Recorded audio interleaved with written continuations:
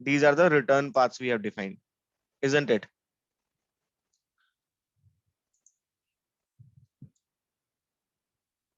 So when we are working using a process root component or a process root shape, how do we manage the extensions of a main process and the sub process?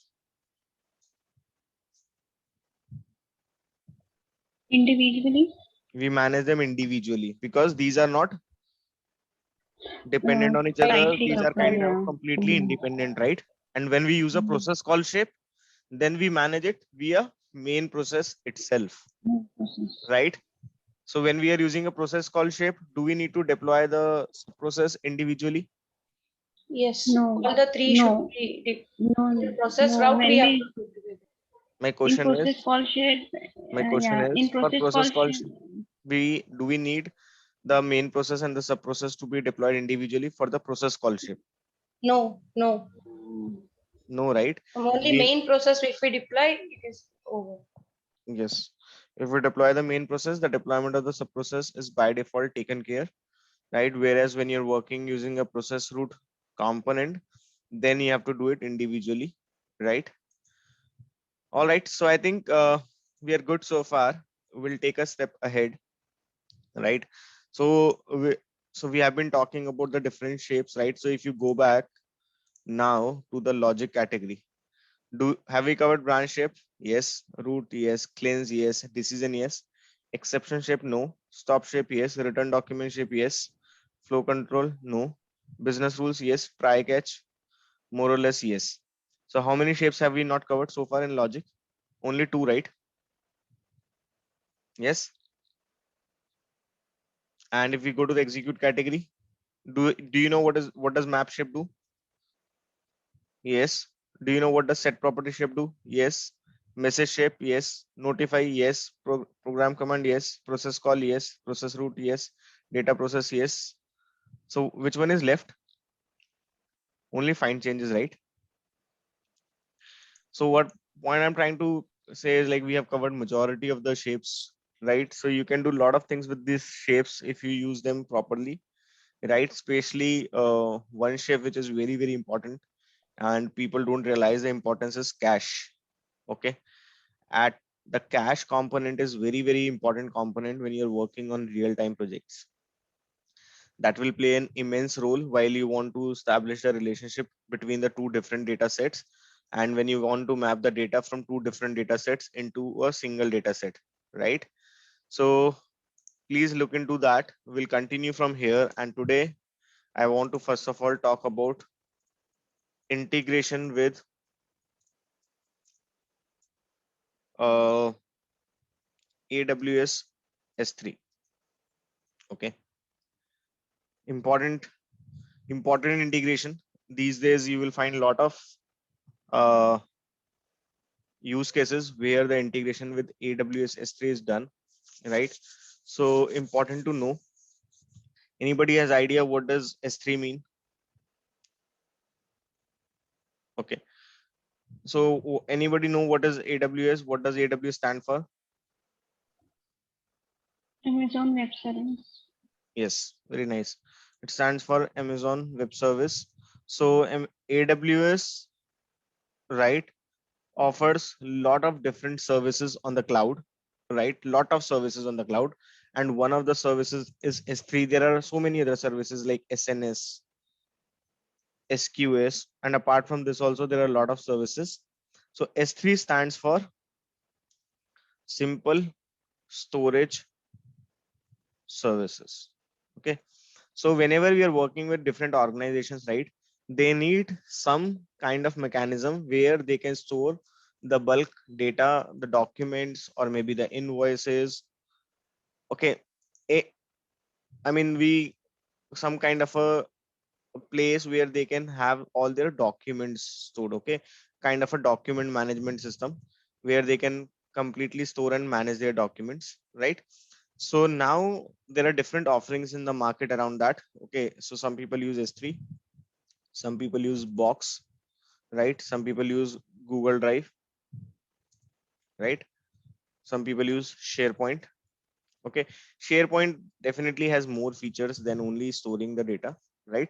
but we can use these different offerings to store the bulk amount of data to manage all your files from a single place, right?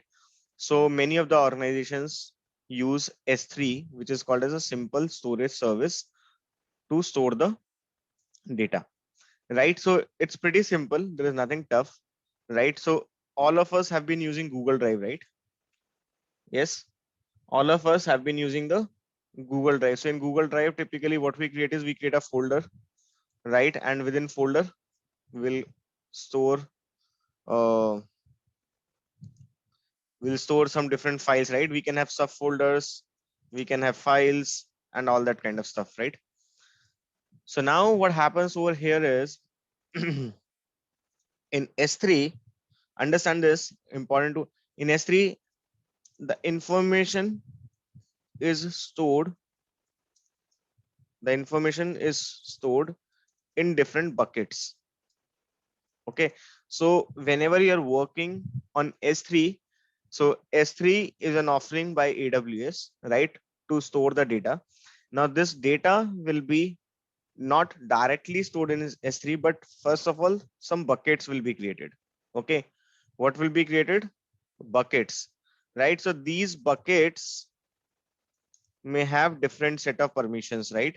So for example, some of the buckets may have only read only permission. Some of the buckets will allow you to write also, all that sort of stuff. Some buckets will be only accessible in a particular geographical location. So there are a lot of configurations which can be done around these buckets, right? Maybe you want to have the download rights on the buckets, or you will have only view rights. So there are a lot of configurations which we can do. And within bucket, so each bucket will have some ARN. Okay, what is ARN? It is a unique name for each Amazon resource. Okay, so it is an Amazon resource. So it is kind of an Amazon resource name. Each bucket will have a unique ARN, right? It will have some kind of a geographical location, right, where this bucket is kind of hosted. And post that, once you have that, then in each bucket, you can create folders, subfolders, or you can even directly push the files. Okay, or even you can directly push the files. So what I'm trying to explain you over here is that AWS has got an offering called as S3, which stands for Simple Storage Service, that allows you to push the data, right? And how do you push the data? First, you create buckets, and within buckets, you will have your data, right? So now to get this AWS, so we should have, first of all, AWS subscription. We should have AWS subscription. So it is free of cost, but the only caveat is that you should have a credit card to create a, you should have a credit card to create a trial account. Okay.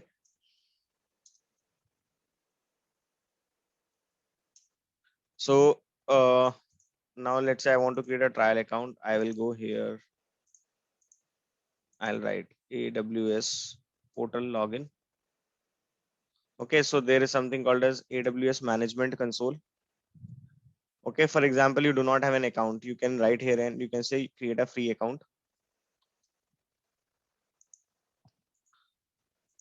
Okay, it is bringing up us to AWS console sign up. Yes or no?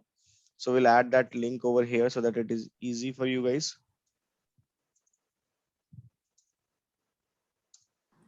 In real time we will use AWS or no?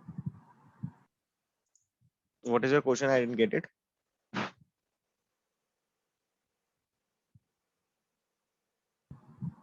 In real time we'll store the data in AWS or not? Yeah, of course. I have worked on a couple of projects where like in one of the projects we were storing all the invoices on AWS. So even now when you're working on a lot of e-commerce sites, right, and when you access your invoices, many of them will not be storing because these are bulky data. Okay, so you just think of any site like Amazon, right? How many invoices they must be generating every day, right? Lakhs of invoices, right? Yes. So so every day lakhs of invoices and they have to maintain. So they need a place where they can manage them effectively and which is not so costly also. So it might happen that internally they are also using S3 for storing those invoices. Okay. Okay. So Okay. yes, it is definitely used in real time. Okay, there's no doubt about that. It is a very famous, storage house these days.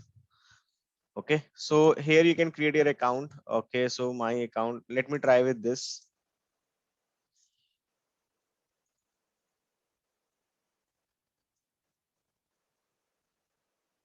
account name.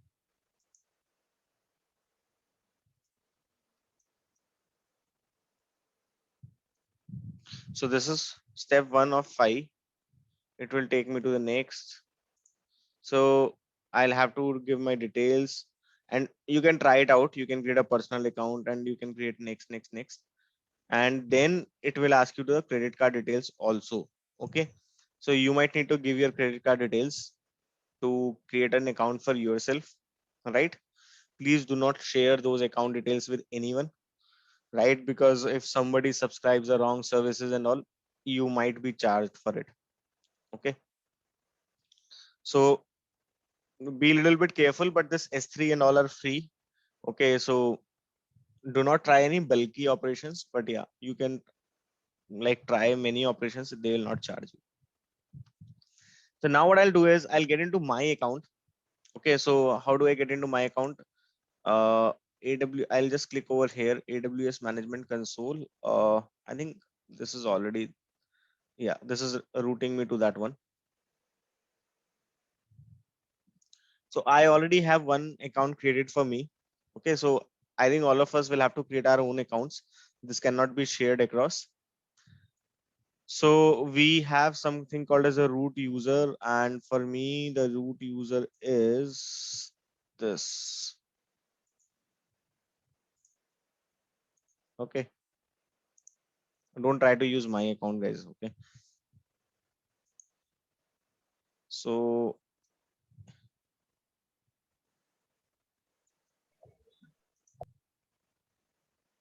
here we have to give the password.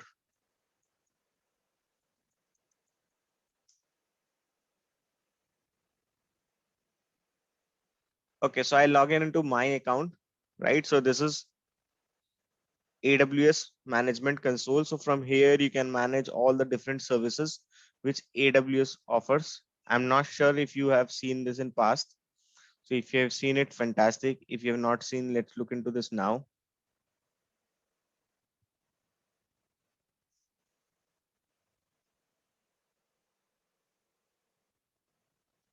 Right.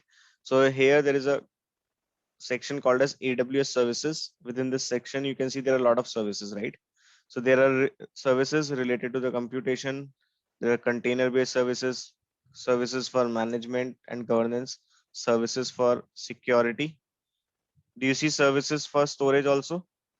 Services for database, service media services, cost management, front-end services. So you can see how many services we have right under AWS. I think many of us might not even think that we may have these many services for AWS, right? And they're maintaining all of these. So now the which one do we need to get into? Storage one, and in storage we are using S3.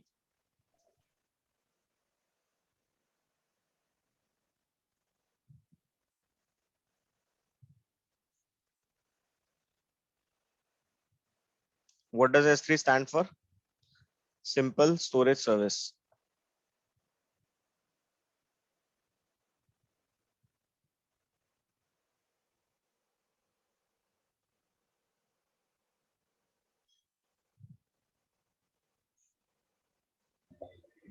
Sumit, I have one question. What is a root user and that who is that I am? Which one? What do you mean by root user and other user I am? I think within my user, I can create other users also. Okay, which will have access. So for example, my user has access to everything. but I can create a few other users which are created by their offering called as identity access management, and those are like IAM users. Okay. Okay. So now if you see here, I already have some buckets. Maybe I did for some of my previous batches. So you cannot push anything directly. So right now we are into S3. So they changed the UI few days back. I mean, few months back. That's fine. So here we have to create a bucket. So now when you're working on a real time project, okay, you don't need to bother about all these things. You are not going to do this, any of these. You will just do the boomi part. The reason why I'm showing you this part is so that when you go to any interview and all, right, you can cook up a story, and you can only cook up a story when you see all these things, right? If I just speak all these things theoretically, you will just imagine things, but you cannot correlate what I exactly it means, right? So we'll start with a bucket. So we'll say boomi April batch bucket, something like this. Okay. So bucket will have some naming conventions. You cannot give spaces and all, which is fine. Bucket names must be unique, must not contain spaces or the uppercase characters, right? So there are different regions which you can select. So we'll select US West 1. Yeah. And copy settings from the existing bucket. So we will, so there is an option block all public access, turning the setting is same as on. So there are certain settings. I think AWS experts will know it better. Okay, we will keep all settings default for now. Okay, we just give the bucket name. We selected the AWS region, and as I was telling, there are a lot of settings which can be done around the bucket, right? So we'll keep it as is, and we'll say create bucket. So AWS experts would know about these settings better. Even they have got a documentation which you can go through if you want to know things in more detail. But that's fine for now. I don't think we need to get into all that stuff for now. We'll focus on things which are more relevant for us. Can you see a bucket got created? Boomi April batch bucket. Yes. So now do you see here there are options to create folders and all? So I say create folder. Let's say there is a folder, test folder. All right. So there is something called server side encryption, decryption, right? So which means when you're talking or when you're trying to push anything into this date folder, so do you want any kind of encryption mechanism to be adopted? For now, I have disabled it. So you can see there is a folder test, right? And within that, you can upload the stuff. So it is not necessary that we use S3 with Boomi only, right? We can upload things straight away also. So let's say I want to upload, I can upload folders and files. I go to add files. I will just upload any file for that matter right now. Yeah. I will just go here and I will just find the file, some meeting notes. Okay. And there's an option upload. The information below, blah, blah, blah, upload succeeded. So now can you see that text file got uploaded? Yes or no? So this is my file. You can click on that. So it is as good as pushing the things into your Google Drive. Okay. I'll not open that file. It may have my some confidential data, but yeah, it was getting opened up.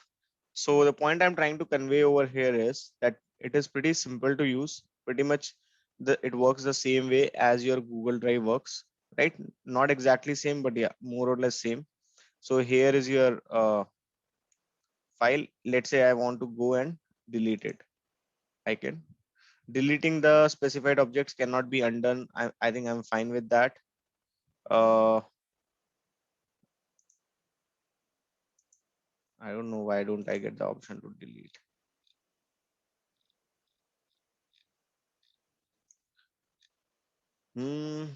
Okay, I think it is asking permanent delete objects to confirm deletion type permanent delete. Okay, that's why I was not getting it. And now I can delete the object. Okay, so whatever file we push, that is called as an object. Any questions so far?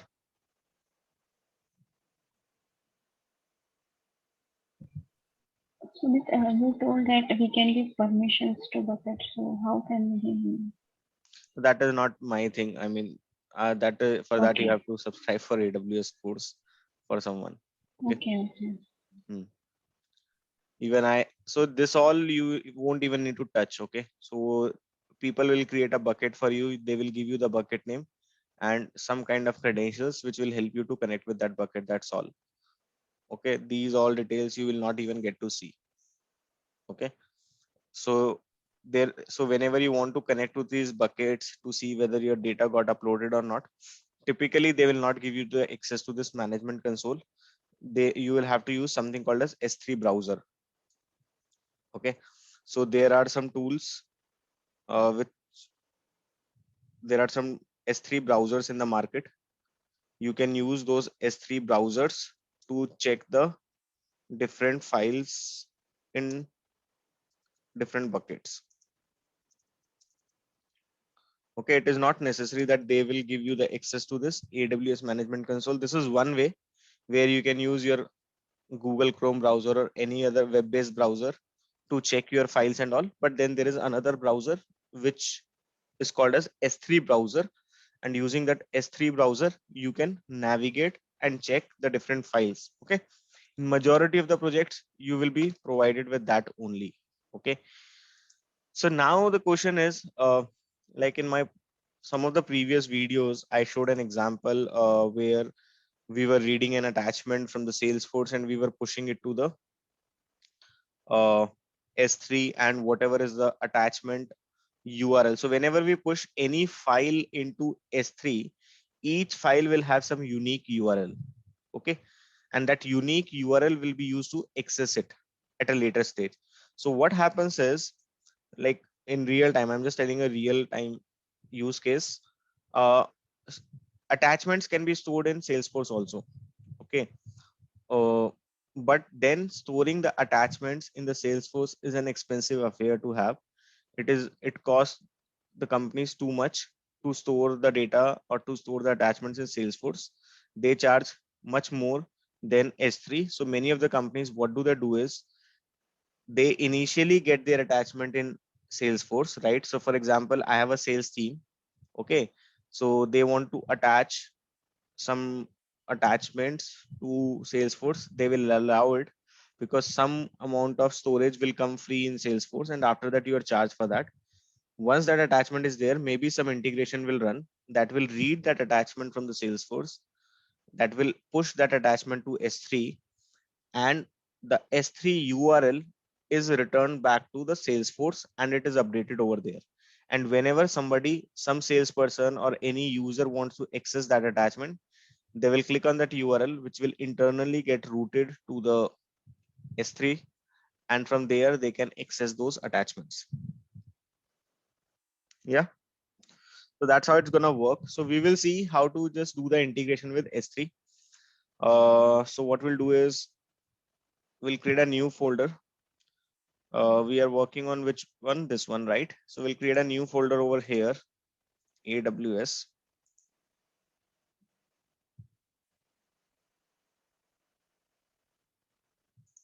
Okay, I have one more set of videos where I have shown integration with different end systems. So if you guys want to have the access to that, just drop me a note. So there I have shown integration with S3, SNS, I mean many applications for that matter. Okay. Uh, so in case you want to have access to that, some of you might be already having the access, but yeah, if in case you want to have access, I'll give you the access. So we'll get into the AWS. We'll start with a new component and we will start with a process, right? So we are trying to do integration with S3. All right. So I start with a star shape of no data type. Okay. So if you go to the D drive, right? So we have a lot of files over here lying, right? Accounts revenue file is one of the files. Let's say we have to read this file and we have to push to the S3. How can we do that? For reading the file, what do we need? This, Disconnector. yes, we need a disconnector.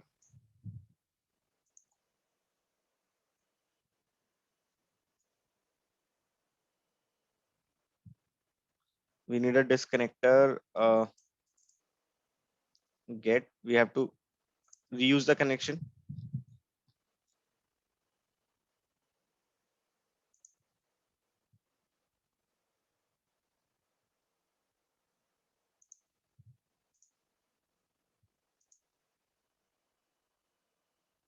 So connection is not pointing anywhere right now. That's fine. And what is the operation? You have to read a file. What is the name of the file you have to read? Accounts revenue, right? I'll just copy the name. So I'll just write accounts revenue dot xml. Save and close. And now it's done, right? And if I have to test it out, what I have to do before I test it out? I have to enable extensions, right? And here I have to check the directory part. Yes or no? Why do I need to do that? Because I'm forcing to use the extension, right? So how can you force? Either you give some dummy name or you just leave the connection details empty. That's all. Then you're forced to use that, right? So here I'll use some atom. I will use test extensions. I'll use, did I save it? Yeah, sometimes it takes time, okay, for that to get populated. Let's wait. Can you see? You can come over here and overwrite it. I think we have covered this few times already, so you must have an idea.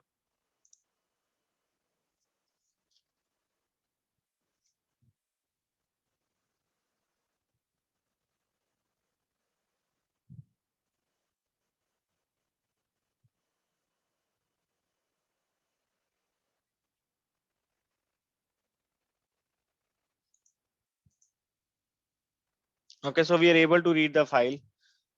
Awesome. So now this file eventually is required to be uploaded into the AWS S3 bucket.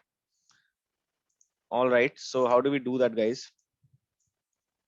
We need to find if we have any connectors to Connector. AWS or No. S3. Do we have? Yes. There is Amazon S3 and there is Amazon S3 REST. Amazon S3 REST is the more advanced one, which has more features, and it is based on which APIs internally? REST APIs. Okay. So for all the integrations we do with the cloud-based applications, right? This AWS is cloud-based, isn't it? So all these integrations typically behind the scene happens via APIs. So this connector, whatever we are seeing today, right? This internally is using the APIs of S3. Which kind of APIs? REST APIs. But they have kind of abstracted those details from us and they came up with a connector so that we don't need to worry which API to call and all. They will automatically take care of it. What we need to do is we just need to do the configurations. That's all. So here, what is the action you want to do? Upsert, right? Isn't it? You don't want to delete, you don't want to get, you don't want to query, select, you want to upsert. So now when you want to upsert, is it asking you some connection details, access key and the secret key? Do you have any access key or the secret key? No, right? So who will provide you this? AWS team is going to provide you this. Okay.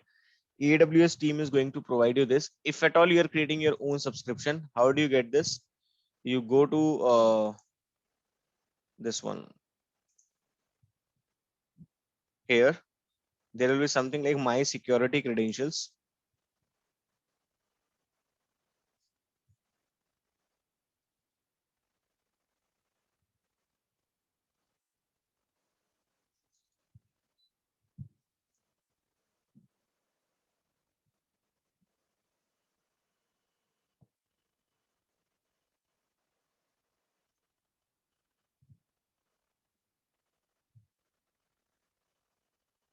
Okay, there will be something like access keys, right? You can create a new key or all that stuff, right? So if you want to make this one as active, let's say I want to make one of them as active. This is activated. How do I access it? So this is the access key. Okay, I need to have the secret key also. Okay, let me delete it for that matter. Let me delete it. That's fine. To confirm deletion, enter the access key ID.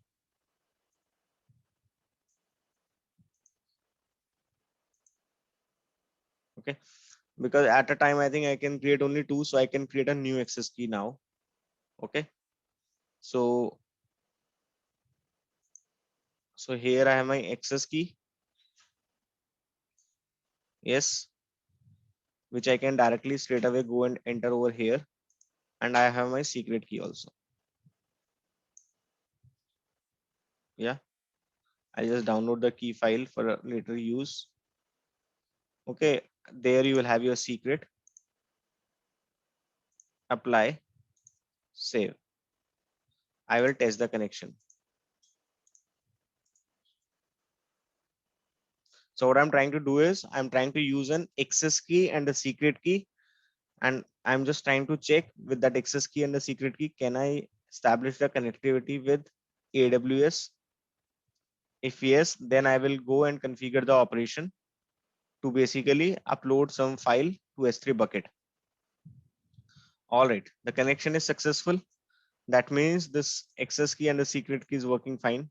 Please do not try to use any of my keys, any of my credentials. I'll deactivate all this right after the session.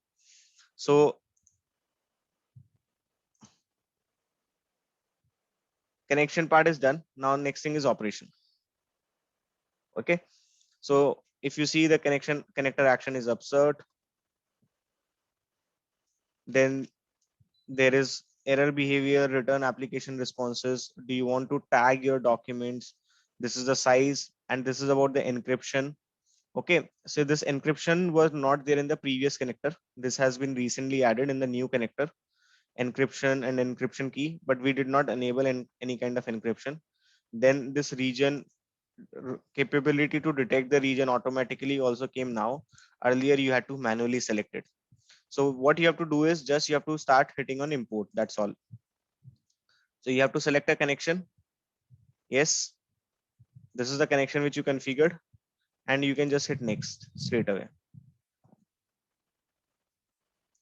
So what you're trying to do right now over here is using the connection details, you're trying to basically find the different object types. Do you have different operations over here or different objects over here?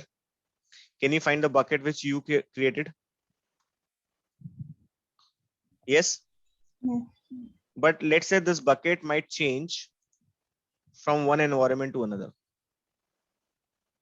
This bucket might change from one environment to another.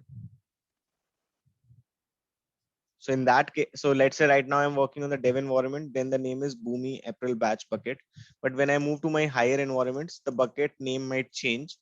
If that is going to happen, then in that case, you have to choose which bucket. You have to choose a dynamic bucket. Okay. Which bucket you have to choose, guys? You have to choose a dynamic bucket, right? So right now, let's say I want to choose my bucket name is this one, right? What is the name? Let's make a note of it. Even we can, I think we can get it from here also for that matter. But if you want, you can copy from here also. Boomi April batch bucket, right? So it is boomi APR batch bucket, right? This is my bucket where we are trying to push the data. So you can straight away go and select this bucket, but in real time, it might happen that your bucket name is going to change from one environment to another. And that if that is going to happen, you cannot go and change your code, right? Every time. What you will have to choose, you will have to choose dynamic bucket, and you say next and finish, right? You say next and finish. And what is the object name? Dynamic bucket, right? Save and close. All right. So now when you did so, you have to somewhere pass the bucket name, isn't it? You have to somewhere pass the bucket name, because if you do not pass the bucket name, how will it know at the runtime that which bucket to use, right? So here there is a shape which helps you to take care of that, and that is set property shape. Set reputation. I'll use a set property shape right before the AWS S3 REST connector. We'll say the properties. Which property do we need? Document property, which connector? Amazon S3 REST. Please make sure you select the right connector. Yes, Amazon S3 REST. Which property? Here Bucket. you have a property bucket, and here you have to give the bucket name. Do we know the bucket name? But if I hard code this bucket name here like this, for example, if I hard code this one like this, then in that case, does it become loosely coupled? When I say loosely coupled, No. can I change the name of the bucket from one environment to another without making the changes in the code? No. No, right? Because I'm hard coding the bucket name over here. So then when I move from one environment to another, I will have to come to the set property shape and I'll have to change the code, which is not good, right? If that was supposed to happen, I could select the bucket name while configuring the operation itself, right? Why to create all these things? So ideally, this bucket name should come from property. Okay. So one option is you can use which property? You can use dynamic process property. Yes, you can create some dynamic process property. For example, DPP underscore bucket name. Okay. Then you can add uh, one more property. What is that? Connector is fine. AWS S3 REST is also fine. The file name, right? Have we specified what would be the file name? No, right? So how do we get the file name, guys? One We thing need is to we go to hard code it, document right? property. Yeah. One thing is we can hard code it, right? But then we don't know. Different times there might be different files, right? So we can get it from Document property. document property. And what document property will that be? Disk. Disk and file name. Very nice. Disk and file name. Very good. So it will be disk and file name. So for the file name, we are getting the value from this property. Why we are getting from this property? Because we are using disk connector over here to read the file, right? And that should have the file name in a property called as file name, which is under the document property. And for bucket name, I'm trying to get it from the dynamic process property, right? Now, if I want to use this dynamic process property, I have to set it somewhere, right? Have I set this dynamic process property anywhere in the code so far? Extensions you can. So right now I haven't set it. So I can go to the extensions. I can go to the dynamic process property, and here, oh, this is my bucket name. Okay, so I don't have to give the bucket name, but I have to give the name of the dynamic process property. So whenever you're working on the dynamic process property, just make sure the spelling mistakes are not there, case things are taken care. So I always prefer to do a copy paste. So I'll go to the extensions. I'll say dynamic process property, add this. So we have just added this into extensions, and while you execute it, right, while you test it out, go to the extensions under dynamic process property, give that bucket name, run the test.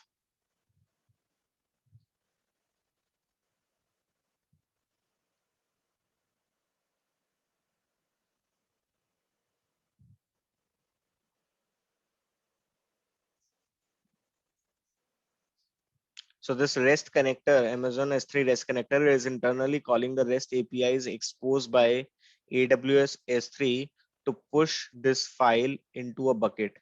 Okay, and we get everything working successfully. We go to the stop shape and we see what is the response. We get the bucket name back and we get the file key, isn't it? So now we go back. So can you see file key, how we get accounts revenue.xml? Because if you File remember, name. we had set the file name, right? So we'll go here. We'll get into which bucket?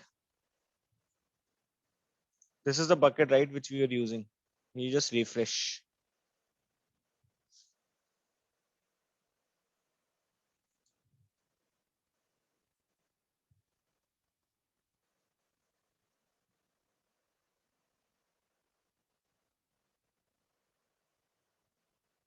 Can you see one file, accounts revenues.xml? Yes.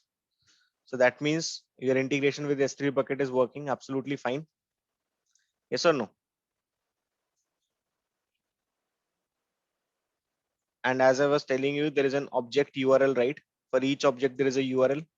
Can you see this is the URL for your object?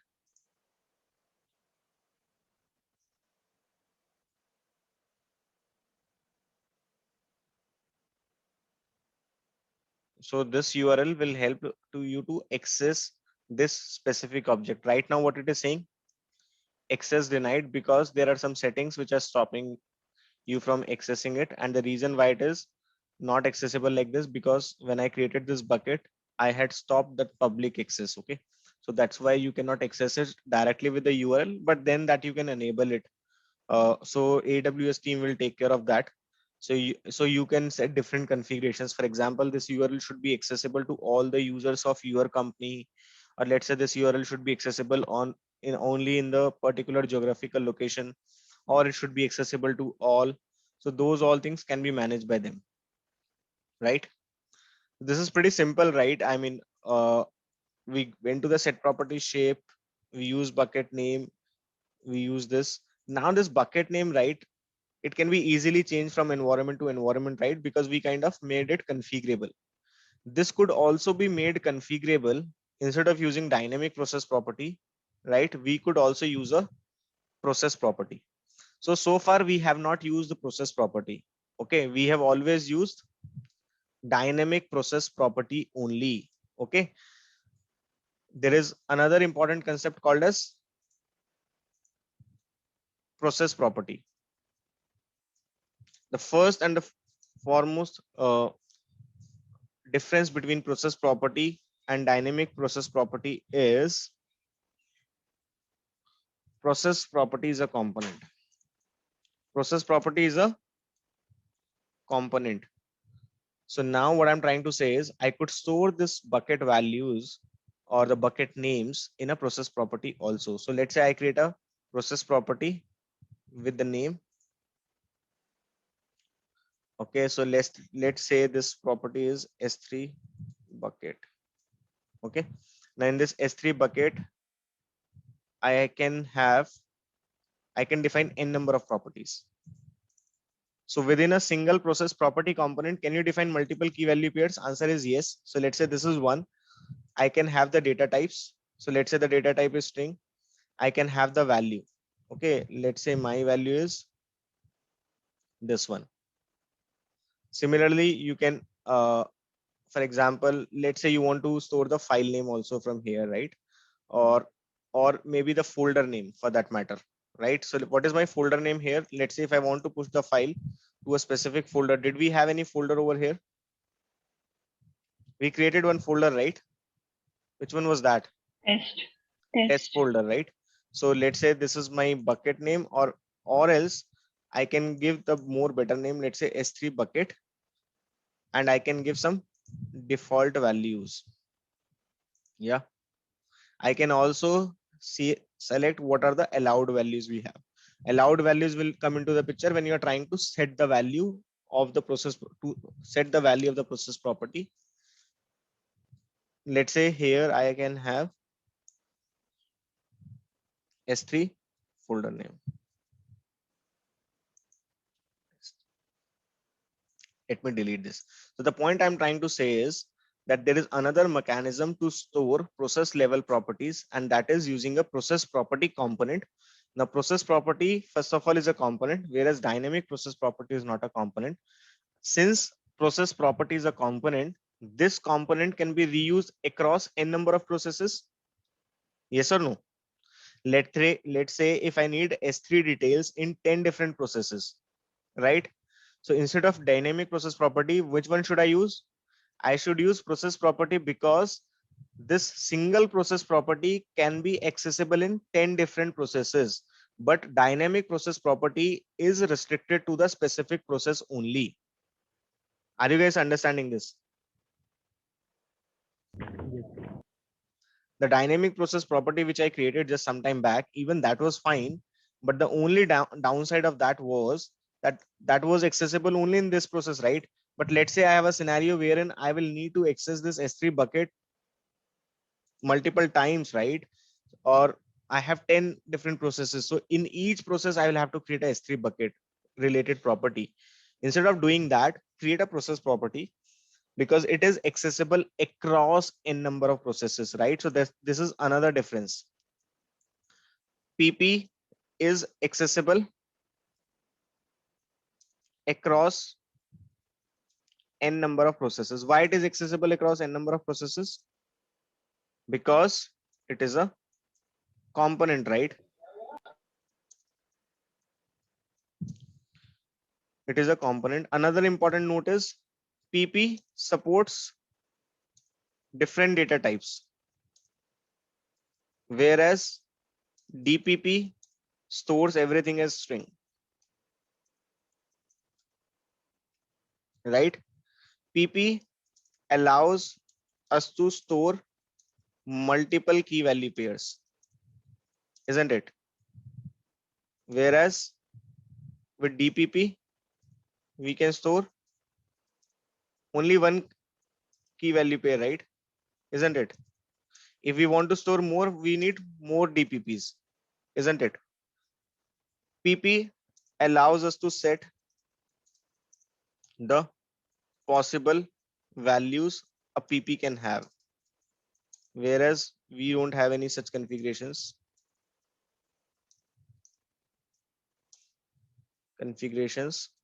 in DPP. So what I'm trying to say is, so here there is a section called as allowed values. Okay, so you might get confused, but understand this. There are two things which we can do with these properties. We can get their values and we can set the values. Now, if you say, let's say the allowed values is only, I'm just giving an example. The allowed values, not this one. Let's say test for that matter. So what you're trying to do is you're trying to convert it into a enum. You're trying to convert into a enum. What is enum, guys? Enum is a kind of a data type where you restrict the values to some specified values only. Okay. For example, you go to McD's and you want to order a burger, right? So they will ask you, maybe probably not burger. Let's say you want to order a Coke for yourself. So they will ask small, medium, large. Okay. Do they have any other option? Or maybe they have extra large. I don't know. But they will give you some specified options and you have to choose one among those, right? You cannot say I want 200 ml or 250 ml. They have their own categorization, right? So when you want to restrict a user to choose one of the values out of the multiple values which you have defined, or you can think of it like a drop down, then this allowed values is helpful. So when you want that anybody while using this process property key value pair should only be able to set these values only, then you can set the allows values. The moment I use allowed values, this default value got converted into a drop down. Yes or no? So let's say I add one more, S1. So that means these are the only two possible values of folder name. Okay, I'll remove it for now. So this is bucket name, this is folder name, right? Save and close, save. Another advantage of using this is, another advantage of using process properties, You don't have to type and all. Okay, there is a drop down, you can select the properties. So there you had to type the property name, right, when you were using a dynamic process property, isn't it? So when you are typing it manually, it is always risky. There can be some spelling mistakes, there can be mistakes related to casing. So that's why process property is much better than that. The only downside of process property is that if you use process property, it might take little more execution time than your dynamic process property. But otherwise, process property is definitely more easily manageable. So whenever you have a use case wherein you want to use same property across n number of processes, wherever you have some lot of details to be stored pertaining to a connector, right? For example, we were using a mail connector, right? Now pertaining to a mail connector, you have to store the subject, you have to store the mail ID, to mail, from email, body. Let's say you have so many things to be stored. So instead of creating a lot of dynamic process property, you can create a single process property, and within that you can have multiple key value pairs. Yes. And are process properties extensible? Yes, it is. Process properties are also extensible. So what I've done is I'm using the process property as this one, file name, and I'll add one more. And which one will that be? This time I want to also set the folder. So where should I get the folder value from? Process property. I should get it from process property, the one which we created just some time back. Yes or no?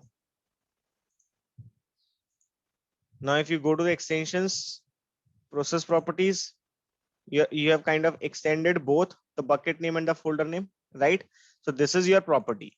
This is your process property component within which you have different keys. So these are the two keys you have. You save it, you test it out. Now, when you want to test it out, you can set the values for this. What are the values for this? Boomi, April, batch, bucket, test. Where are these values coming from? When you define this process property, you had set some default values, right? Isn't it? That's where it comes from. If you want to override those, you can do like this. If you don't want to override, let us leave it like this. And you can run the test.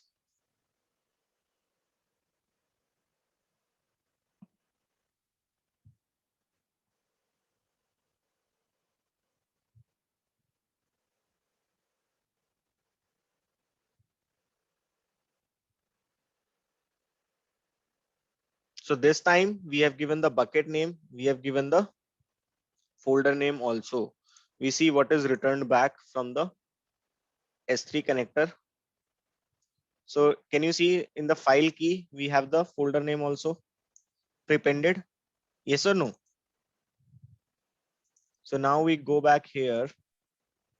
We get into the test one.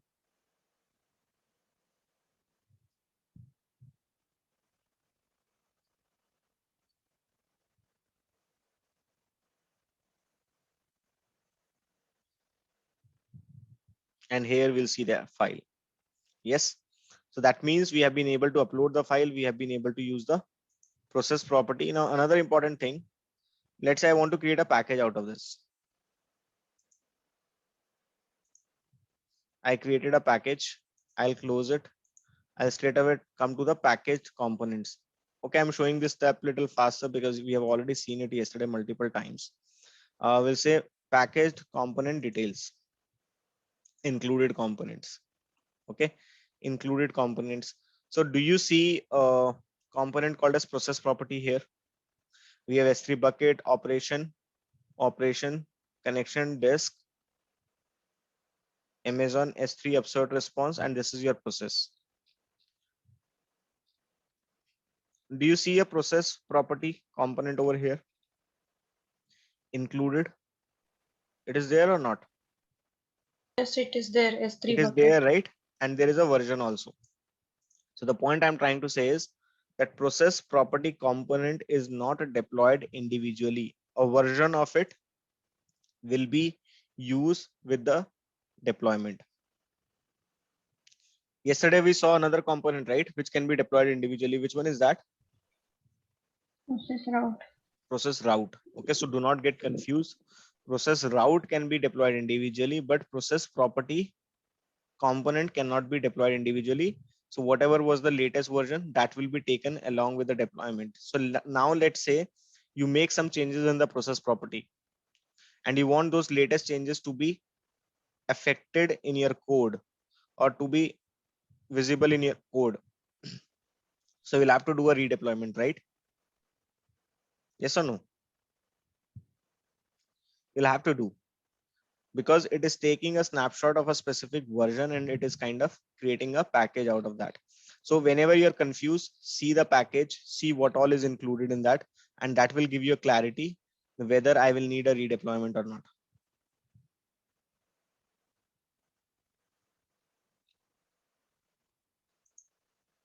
So that's pretty much about it. Please try it out.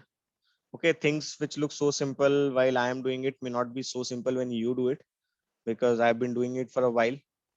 But yeah, it's not so tough, but yeah, you have to give it a try. So that's pretty much from my side today, for today, guys. Let's catch up tomorrow, same time.